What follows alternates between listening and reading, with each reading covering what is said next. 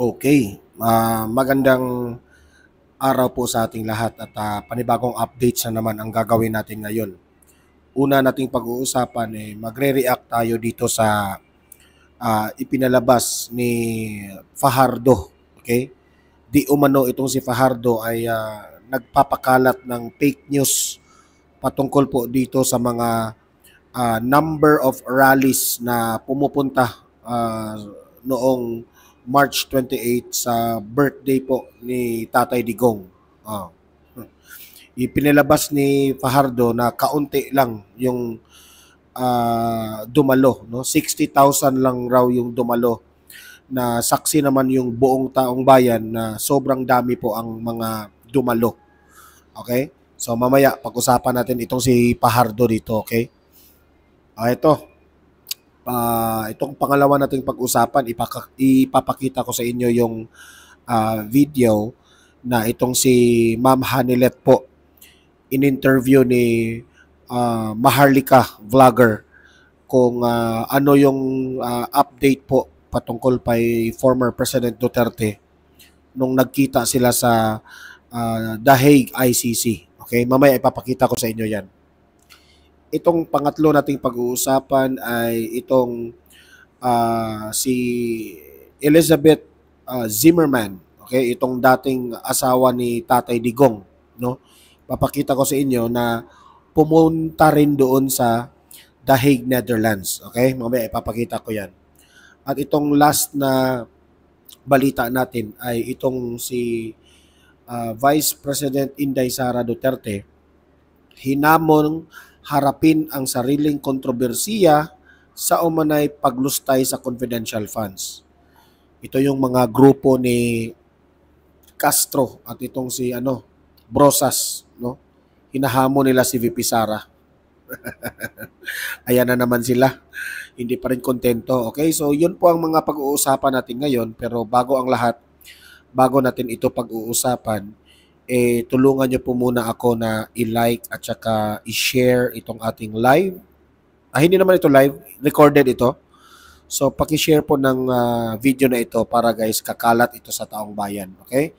At magising-gising rin ang mga bangag. Sabay-sabay muna tayong like and share this video. 1, 2, 3, go! Ayan. And also guys, sa mga bago pa lang dito sa aking channel, mag-subscribe na po kayo para lagi kayong updated sa ating mga balita. And at the same time, yung cellphone ninyo ay ma-notify yan kung meron tayong breaking news, meron tayong bagong uploads, o kung nagla-live ang Donmar TV. Okay? So, sige po, sabay-sabay tayong mag-subscribe sa Donmar TV. Ready? 1, 2, 3, go! Ayan, nakasubscribe na ba lahat? Nandito po tayo ngayon sa airport kasi yung flight ko is alas 7 pa ng gabi yung flight ko. So, ayan, update ko muna kayo. Ito nga, patungkol dito sa statement ni Fajardo.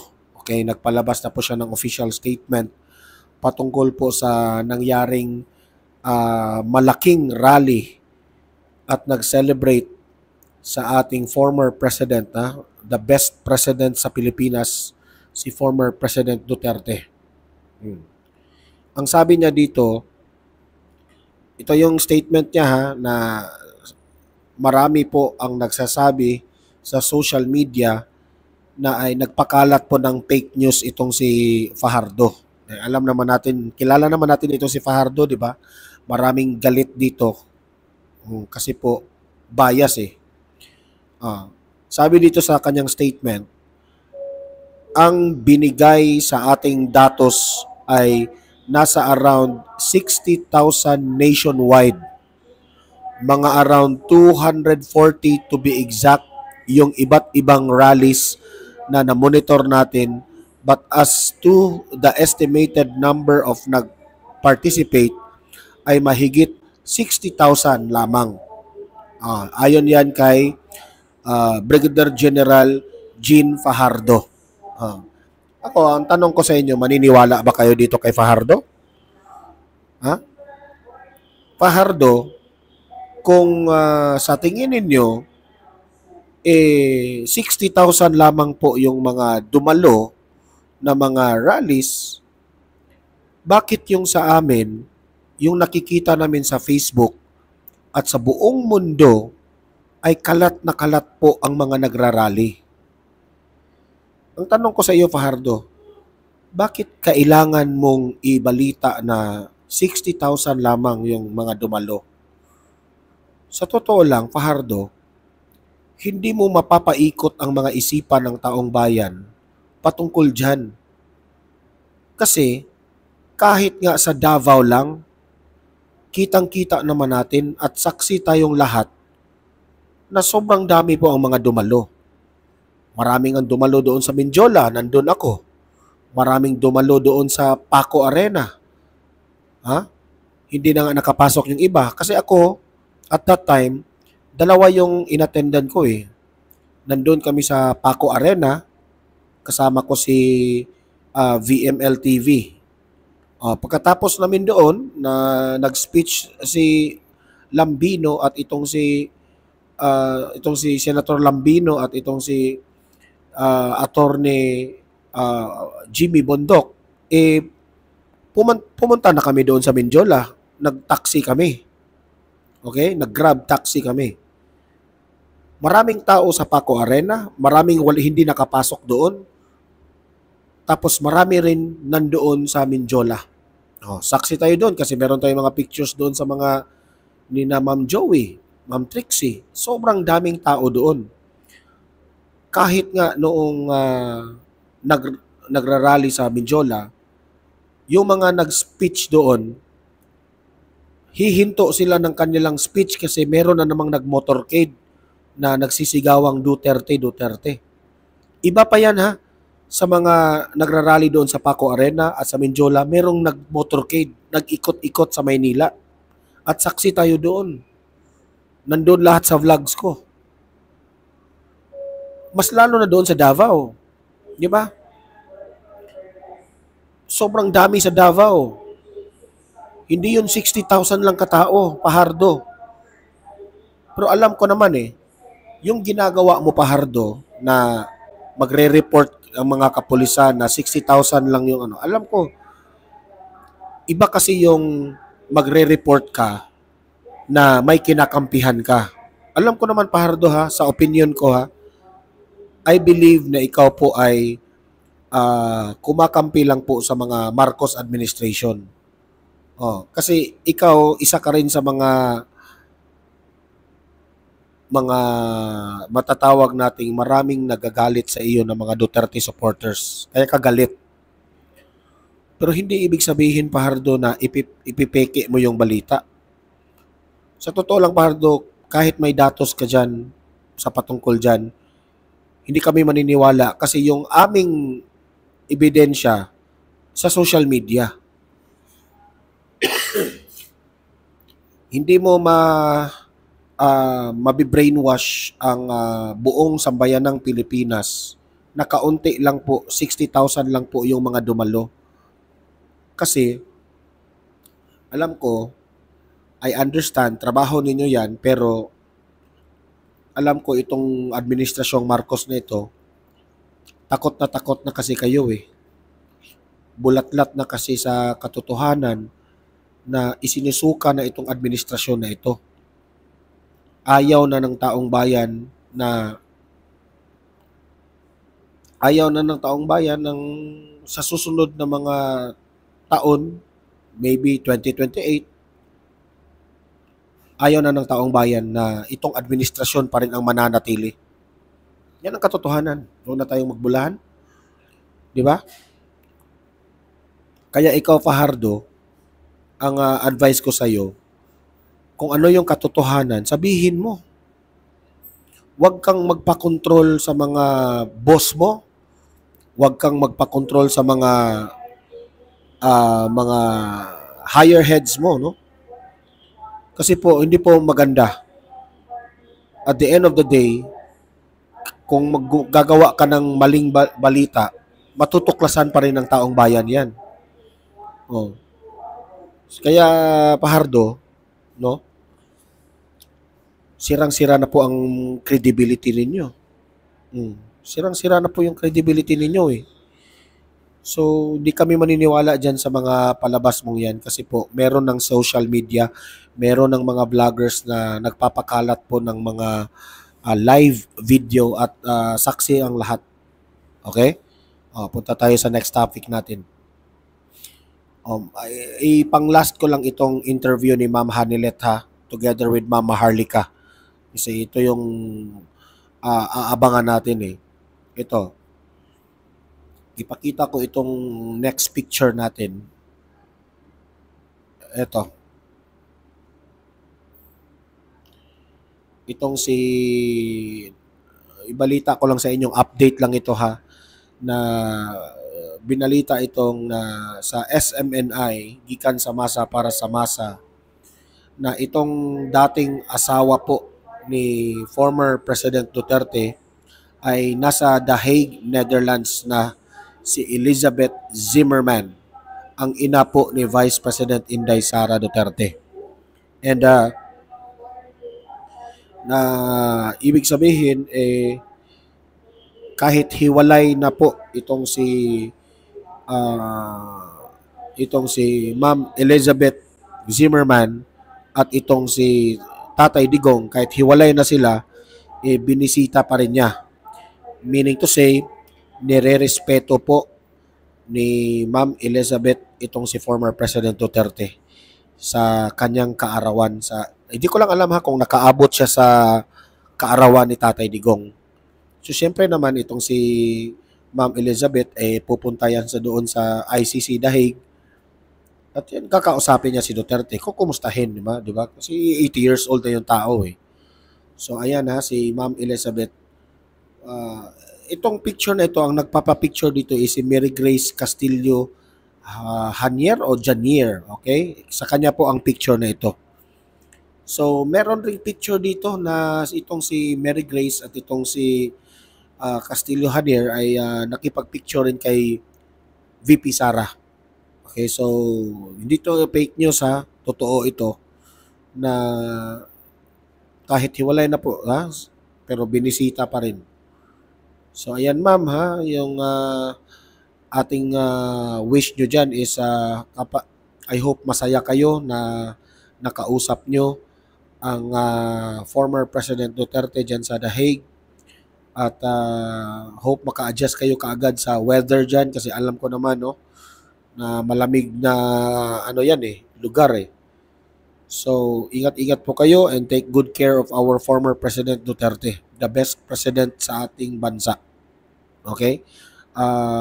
Maraming salamat Ma'am Elizabeth Zimmerman. Ayan. Okay, so punta tayo sa next topic natin na itong si VP Sara. Hinamo na naman dito sa mga Makabayan Black. Sablay na hamon na naman. Alam naman natin na ang kanilang mga layunin ay pabagsakin si VP Sara patungkol po sa mga confidential funds nito. Kasi po hindi pa dumadalo yung proseso ng impeachment complaint. So, alam naman natin na itong Makabayan Black ay tinitake advantage nila ang away ng mga Marcos at Duterte. So, ito ha, ipapakita ko sa inyo yung balita na yan. Ito, pasok mga Makabayan Black. Rosalie, ano yung detalye sa reaksyon ng mambabata sa pahayag ni VP Duterte kaugnay ng mga ipinresentang ebidensya laban sa kanyang ama? Aga binatikos ni House Assistant Minority Leader Gabriela Women's Party List Representative Arlene Brosas ang mga pahayag ni Vice President Sara Duterte na tila nagsasawalang bahala sa mga ebidensyang ipresenta ng prosekusyon laban sa kanyang amang si dating Pangulong Rodrigo Duterte sa International Criminal Court o ICC. Kaugnay ito ng crimes against humanity na kinakaharap ni FPRRD bunsod ng kanyang ganito kasi yung nangyari. kalat na kalat po ang balita sa social media na itong si Attorney Conte tinawag na bobo. Tinawag na bobo sa mga mamamayang Pilipino ngayon. Pinagbibintangan si Tatay Digong na umabot raw ng 30,000 katao yung nagurgur during sa kanyang war on drugs. Di simple lang naman ang hinihingi ni VP Sara. Kung 30,000 katao po ang nagurgur sa war on drugs ni Tatay Digong, simple lang, nasaan na po yung mga pangalan? Yan ang sabi ni VP Sara. Nasaan na yung mga pangalan na yan? Ipresenta nyo. Don't tell me, hindi, walang mga pamilya yan. Siguro naman may records diyan sa di ba? Sa mga gobyerno natin, sa mga saan ba yan? Yung kukuha ka ng mga birth certificate, di ba? Saan ka kukuha ng death certificate? Kalimutan ko yung agency na yon. Di ba? May mga pangalan yun. Kung namamatay man yun. Ililista nila lahat. Sabi ni Conte, si VP Sara po, nililihis niya ang usapan. Tinawag niyang si VP Sara ay diversionary tactics raw yung ginawa ni VP Sara. Paano naging diversionary tactics ang sinagot ka ni VP Sara? Nag-aakusa ka na 30,000 katao ang nagurgur. Hindi po diversionary tactics kung sasabihin ni VP Sara na saan yung pangalan ng 30,000 na sinasabi ninyo. Hindi yan diversionary tactics. Produce a copy sa mga nagurgur na yan. Kasi po, yun ang pagbabasihan ng korte. Hindi ka po pwedeng mag-aakusa ng tao na ito yung mga ginurgur mo at wala kang pangalan na maibigay. Di ba? So dyan pa lamang konti, tama ang mga sinasabi ng taong bayan na ikaw ay bobo. Hindi nga namin maiintindihan bakit ka naging attorney. Na ang mga attorney po, alam nyo yan, nung kayo po ay nag-aral sa pagiging abogasya, hindi po pwede na ang ebidensya ninyo ay puro hearsay lamang. Pagbabasihan po doon ang mga tunay na mga dokumento na may pangalan. Kaya ka nga tinawag ng bobo eh. Di ba? So, sobrang sablay po ang mga pahayag mong yan. Nasasabihin mong nililihis ni VP Sara ang usapan. Ito naman si Conte parang hindi abogado eh. Drug war. Ayon kay Congresswoman Brosas, hindi lang insensitive, kundi nagpapakita ito ng umani kawalan ng malasakit sa karapatang pantao at katarungan. Kune-question ng Vice Presidente ang 181 pieces of evidence na prinesenta ng prosecution laban sa kanyang ama. Anya hindi ito makapagpapatunay sa alegasyong extrajudicial killings o EJ. Ito yung mga inipresenta nila na ebidensya, ano ba yun? 181 pieces of evidence, hindi yun pasok sa criteria ng crimes against humanity. So dyan pa lamang talo na kayo. Di ba? Hindi po ito kagaya ng mga ginawa ni Hitler na libo-libo katao yung namamatay. At meron talagang systematic na proseso na ginurgur niya. Ito lahat hearsay itong kay Tatay Digong Kaya kayo napahiya dito Di ba? So, kayong mga vloggers ng mga Bongbong Marcos, tulungan nyo po itong si Conte. Sige, mag-research kayo na saan yung 30,000 katao na nagurgur nila. Kasi po hindi po pasok itong mga di ba, nabalitaan natin na may 40 plus na mga ebidensya na ginurgur. Hindi ito pasok sa crimes against humanity. Wala po silang karapatan para parusahan si Tatay Digong sa ICC. Kung meron man kayong mga ebidensyang mga ganito, dapat doon kayo sa local courts natin, which is ang Pilipinas, the custodial state. Hindi ito pasok sa crimes against humanity sa ICC. Pahiya na sila dito eh. Kaya nga itong si Tatay Digong ay nananawagan po sa kanyang mga supporters na iwasan pag-usapan ang patungkol po sa kaso niya sa ICC. Okay? Iwasan po natin. At tayo dito ay sinasagot lamang natin yung mga sablay na mga kalaban ni Tatay Digong. Hindi po tayo dapat mag-comment sa ICC sa mga prosecutors. Ang pwede lang nating komentaryuhan ay itong mga pasaway at mga bobong mga lawyers ng kalaban ni Duterte. Case sa Duterte's drug war. Gate naman ng Gabriela Women's Party List Representative, ang 43 kaso ay hindi lang basta numero, kundi 43 pamilyang nawalan. Yan nga ang kanilang inamin eh. Yan ang mali nila. 43 kapamilya pa yung nawala raw ng nabiktima ng AGK. Hindi yan pasok sa crimes against humanity. Isa pa, maraming natuklasan ang taong bayan at yung mga political experts na yung mga nagurgur na dala-dala nila yung mga picture sa mga rally-rally, natuklasan na ito ay peke. Okay, gawa-gawa lamang. Meron pang ang iba dyan, buhay pa. Meron pang ang iba dyan, hindi raw namatay sa AJK. Ayan, ang hirap sa inyo. Kasi gumagawa kasi kayo ng ebidensya na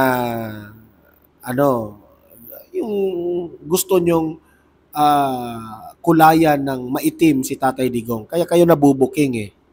Ang mahal sa buhay at patunay na may sistemang pumapatay. Sa halip din anyang tawaging bobo ang abogado, dapat harapin ng Vice-Presidente ang sariling kontrobersyang kinakaharap nito, partikular na ang mga alegasyon ng maling paggamit at paglustay ng confidential funds nito. Hindi anya pwedeng itago ang katotohanan sa likod ng mga insulto at pag-iwas sa tunay na issue. Nakabinbin ang articles of impeachment laban sa Vice-Presidente sa Senado at posibleng sa Hulyo pa umpisahan ang paglilitis sa kanya. Balik sa iyo. So ito yung ikinagalit at dismayado itong Gabriela at itong Makabayan Black dahil daw sa mahina na proseso sa impeachment. Umiyak kayo. Umiyak kayo sa galit na yan eh. Wala kayong magawa dyan eh. Proseso is proseso eh. Respetuhin natin. Alam mong naka-recess yung Senado, di ba? At alam yung eleksyon ngayon, malapit yung eleksyon, panahon ng kampanya, nagmamadali kayo, di ba? Heto, panoorin natin itong interview ni Ma'am Hanelet, itong kinakasama ni Tatay Digong, itong ina ni Kitty Duterte, no? In-interview po siya ni Ma'am Maharlika. Panoorin po natin itong lahat, okay? Play. Hello, magandang araw sa lahat ng aking mga kababayan.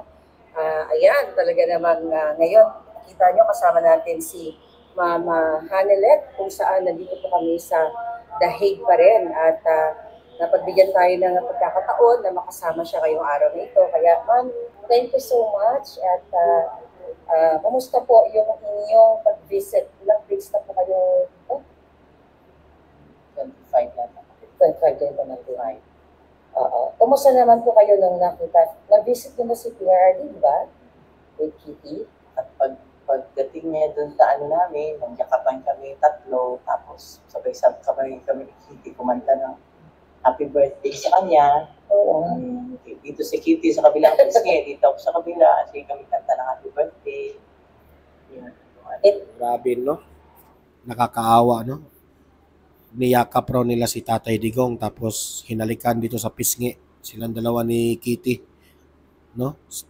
Ganyan kasimple po ang ating Tatay Digong. Simple lang yung kanilang sineselebrate ha. Umiyak si PRD. Ay, kayo po. Kasi sabi ni Inday, wag daw kayo umiyak. Ako ba medyo Ano po yung sinabi ni former President PRD sa inyo? sabi niya, kagaya ng sinabi niya kay BP, sabi niya, there will be a day, there will always be a day of reckoning. Tsaka sabi nga niya, kinote niya nga, Psalms 91 verse 8, yeah, I will let you see with your own eyes the destruction and the punishment of the wicked. Yeah. Ang ganda ng promise ng Panginoon. So very positive po si PRRT. Ano yung parang pinaka-importanting mensahe niya sa inyo nung time na nag-visit kayo sa kanya? Kinwentuhan ko kasi siya kung ano nangyayari sa labas. Sabi ko, ikaw na ayaw mong ipaalam, ayaw mong magpa-istorbo tuwing birthday mo, natutulog ka na. Ngayon buong mundo ang nagsa-celebrate ng birthday. Yeah, birthday niya. So, tuwang-tuwa naman siya. So, Masaya siya. nagbanggit pa siya na, like personal message sa Pilipino, mga kababayan natin. Sabi niya, salamat sa suporta at sa pagmamahal. As usual, sabi niya, mahal niya ang lahat ng ang mga Pilipino sa buong mundo, sa Pilipinas at sa labas ng bansa. Saan mang parte ng bansa. Mahal. Yun naman talaga eh. Miskin na ng presidente siya. Mas minahal pa nga niya. Yeah, at ang Pilipinas. Yeah. So, ako po talagang nag-travel din ako para ma-witness talaga namin yung, yun nga, yung pang-aapi sa family ninyo. At lalo kay Pangulong Duterte, kitang-kita din naman namin, no, million-million tao talaga ang nag-support sa inyo. Pero ako po, ay bilang isang just an ordinary citizen, marami din lumalapit kasi sa akin ng mga tao. Kasi, nag-pretend like they are connected with you. Or, I don't know, may mga kahapon sa ground, nandun ako, may mga pinaparating sa akin na mga information na may mga taong nangihingi ng tulong in behalf of your family. Inaalaw niyo po ba yun? Pakiusap ko lang kung sino man ho kayo, huwag niyong gamitin ang pagkakataong ito, ang trahedya namin. Yeah. Kung kayo ay sadyang nangangailangan sa buhay, parang awa din ako, huwag niyong gamitin ito. Dahil kami ho, bilang pamilya, si VP Inday, si Congressman Pulong, si Mayor Baste, hindi ho kami hihingi ng tulong o pinansyal na tulong sa ibang tao. Kami ho, kung kinakailangan namin pumutang, yun ho ay gagawin namin. Merong nagkwento sa akin. Maraming lumalapit kasi alam nila, desperado kami. Diba? Yeah. Lumalapit sila na ganyan. Sabi ko, kung kaya mong gawin, bakit hindi mo na lang gawin? Bakit? Maraming mga kwento, mga storya. Sige, kung kaya mong gawin, gawin mo na lang. Yun ang ano ko. So pakiusap ka lang. Yung totoong nurse, alam mo, natulog sa bahay namin, Maharlika. Yung totoong nurse na nag-alaga, ako nag-interview na before pa siya naging presidente.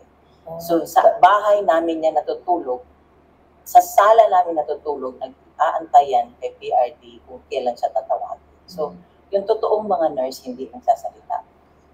Kami may group chat kami ng kasama ng mga nurse na nag-aalaga siya, nagre-report sila sa akin. So yung totoong nurse, hindi iyan nagsasalita. Code of ethics siya ng nurse na hindi ka dapat magsalita. Disclose sa yes. Nagtatago yung totoong nurse. Kung nagpapanggap ka na ikaw nag-aalaga ng nurse ka, parang mahiya ka naman. Sa totoong nurse na nag-aalaga, nagpupuyat sa kanya. Pero po, yung nurse ni Pangulong Duterte, di ba, hindi naman inalaw na mag-stay dito? Ultimo nurse, di ba? Ang nangyari niyan, hanggang ngayon, para sa akin, parang pangungot. Hindi ako makapaniwala. Hindi ko akalain na pag walang passport ang tao, pwede palang idalahin sa pwede palang dokumentin. Yeah. Kasi ako, yun nga yung mga nakakarating sa akin ng mga mensahe, na may mga nagpapanggap, no, ng mga taong nag-connected sa inyo or kakilala or kamag-anak kayo. Yung iba, hindi ko naman talaga kaya kayo lang naman ang kilala kong mga relatives niya. So ang sa akin lang, ma'am, pinararating ko lang sa inyo kasi sa akin din may lumalapit kahapon nga po, may mga nag-aabot ng mga mga sobre, mga birthday cards.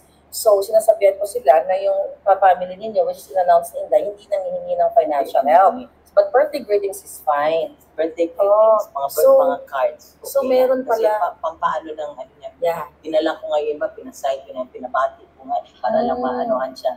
Alam mo, para maanohan ng spirits niya, maan yung loob niya, sumaya siya ng konti doon sa mga pagbati ng mga tao.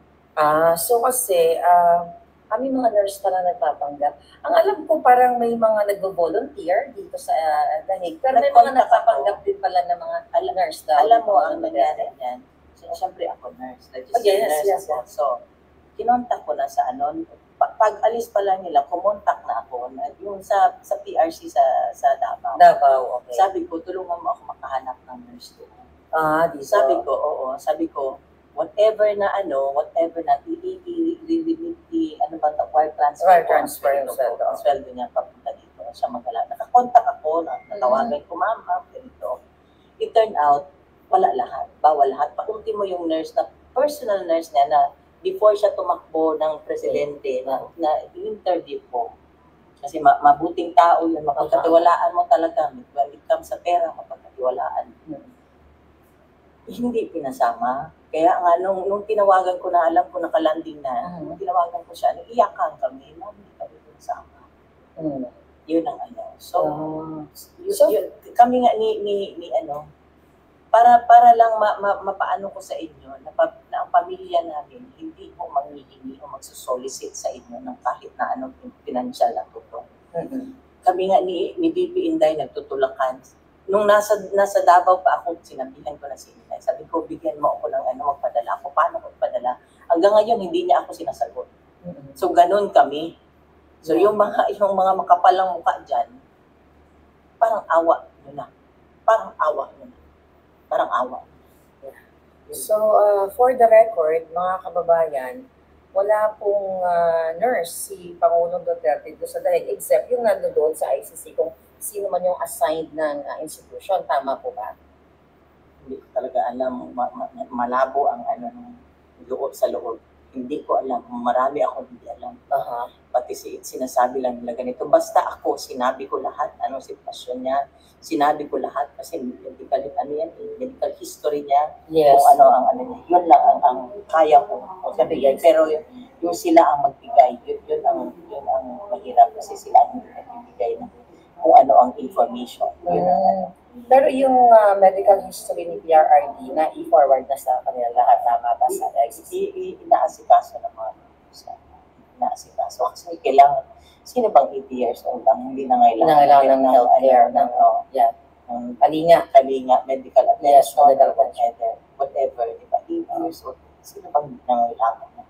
Alam niyo, natuwa ako kasi I was there, no, na nagsasalta si Inday sa taong bayan, na nagkakasundo kayo dahil sa schedule kung paano mag-take turns kayo sa pagbisita kay PRRD. Kami na mga sumusuporta kay PRRD sa family ninyo, ay talagang natutuwa kami na sa ganitong klaseng sitwasyon ni PRRD, nagkakaisa po kayong mga magkakamag-anak. So yan lang yung tinitignan namin, doon kami humuhugot ng lakas bilang mga supporters ninyo. At ako naman nasa dahil for the first time na narinig ko sa inyo na mayroon palang nagpapanggap na mga nurses or whatever kay PRRD. So, sana wag naman gawin yon. And, alam ba ni PRRD po yun? May mga ganong issue? Hindi niya na alam. Hindi na natin sabihin? Hindi ko na, hindi ko na sinabi sa kanya anong situation after naman siya. Kasi talagang harassment.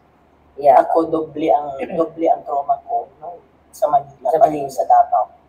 Doble talaga ang trauma ko. So, my daughter was not in Davao at the time. Yeah. After that. So, grabe, doble talaga trauma ko. Yeah. So, we're here for you, Ma'am Hanelet. Gusto ko lang, i-inform sa ating mga kababayan, so far, ano po yung, nasang stage kayo ngayon? Na-accept nyo na ba totally na napakidna o nabdak ang Pangulo? Reality na yun wala siya sa amin Ang na lang namin talaga, pinangawakan namin. Dasal na lang kami ng dasal. Ako dasal na lang kami ng dasal. Tsaka ang promises ng Panginoon. Yeah. Yeah. So,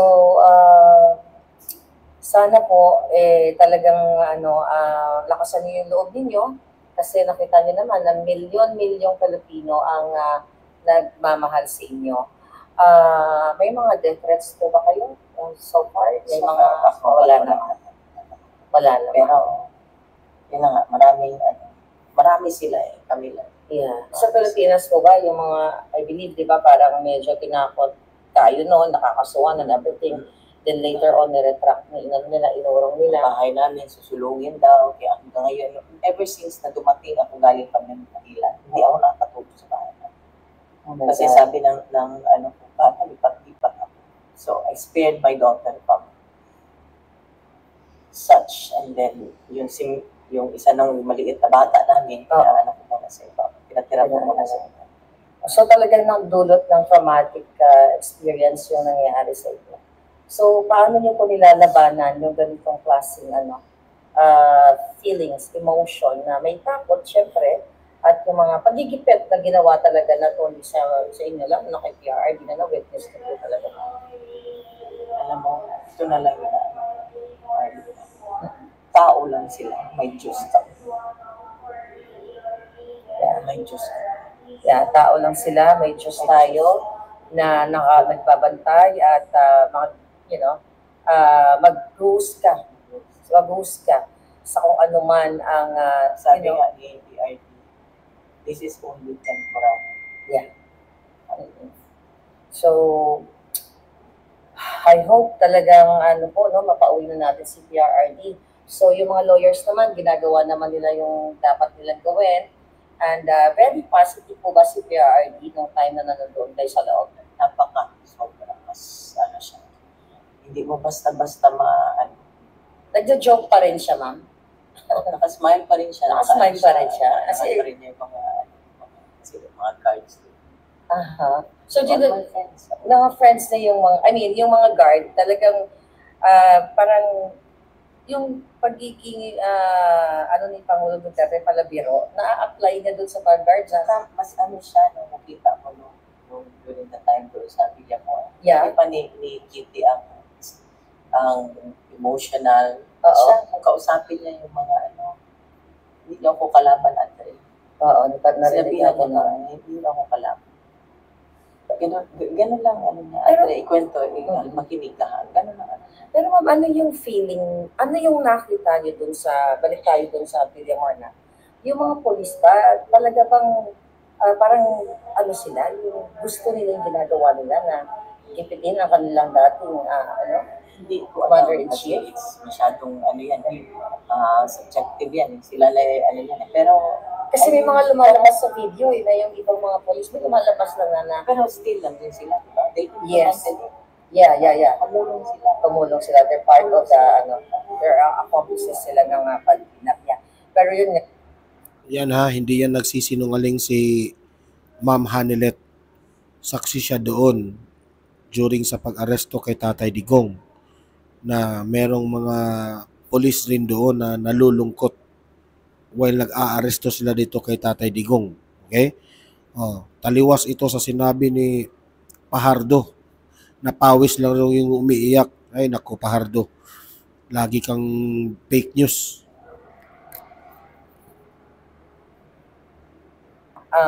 Which is, grabe po talaga yung pagigipit sa atin. Lahat tayo, kasi ako, pinigipit din ako.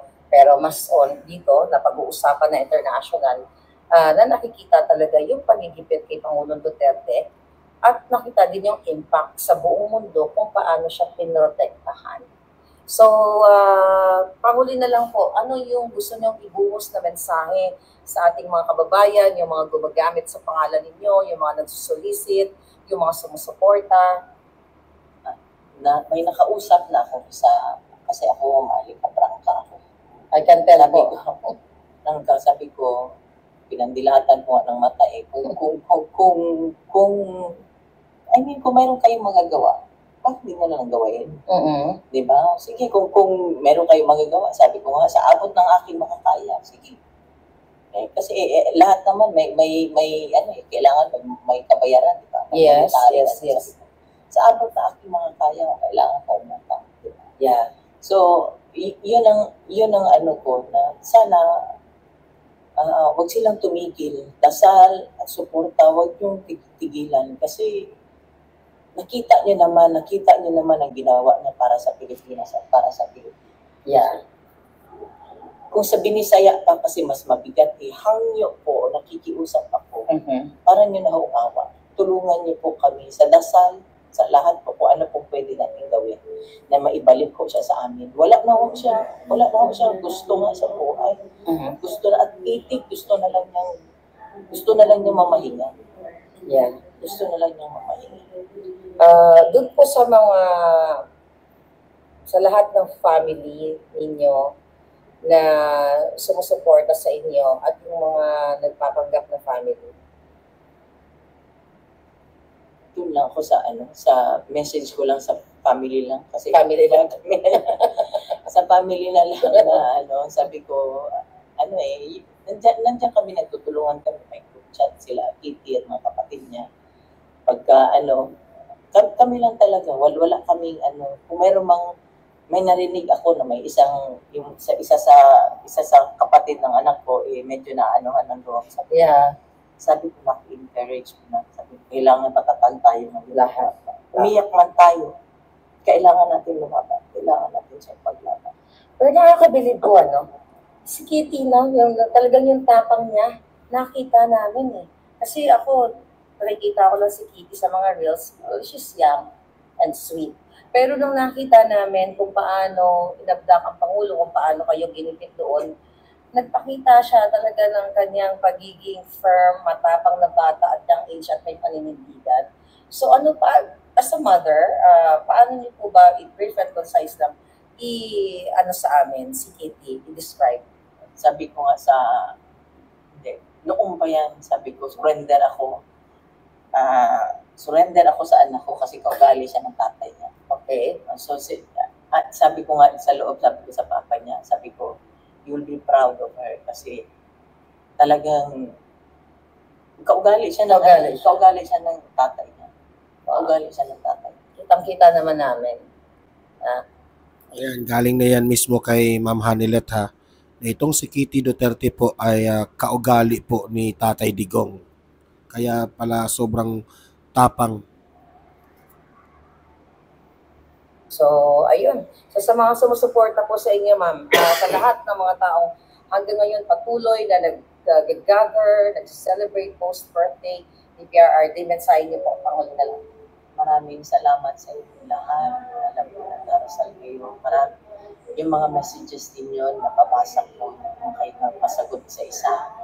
Pero, ito lang ang hiling ko talaga, huwag ko tayong tumigil. Kasi, hindi naman hindi ako pwede mag-give up. Hindi tayo pwede mag-give up. Tulungan nyo kami na maibalik ko namin siya sa bahay namin. Maraming salamat. Ay, haba-habol na lang po. So, wala pa po kayong plano kung kailan kayo babalik o magsistay kayo dito habang nandito si PRRD? Pinag-usapan pa lang. Ayun. So, thank you so much mga kababayan. So, ayan ha. So, nakita ninyo yung interview. Subscribe rin kayo kay Ma'am Maharlika, no? At sinagot lahat ni Ma'am Hanilet yung mga updates patungkol po kay Tatay Digong, patungkol po kay Kitty Duterte. So, ayan, humihingi po si Ma'am Hanilet ng pagdasal sa kay Tatay Digong natin. Okay? So, maraming salamat sa inyong lahat. Okay? So, libre po kayong mag-comment, mag-react sa ating mga pinag-usapan. At pag-usapan natin ito sa comment section. Okay? And don't forget, i-like at saka i-share itong video na ito para magising ang mga bangag. At subscribe sa mga bago pa lang dito sa aking channel. Subscribe sa aking channel. Meron tayong pangalawang channel ha. Donmar TV Balitang Totoo. Mag-subscribe rin kayo doon kasi meron tayong mga uploads doon na hindi natin ina-upload dito sa main channel natin. Okay? So maraming salamat sa aking mga audience na nanonood ngayon, sa mga moderators at sa sino pa ba? Lahat ng mga DDS supporters dyan. Thank you very much. Kayo po ang aking inspirasyon para ilahad sa inyo ang aking opinion sa mga nangyayari ngayon sa ating lipunan.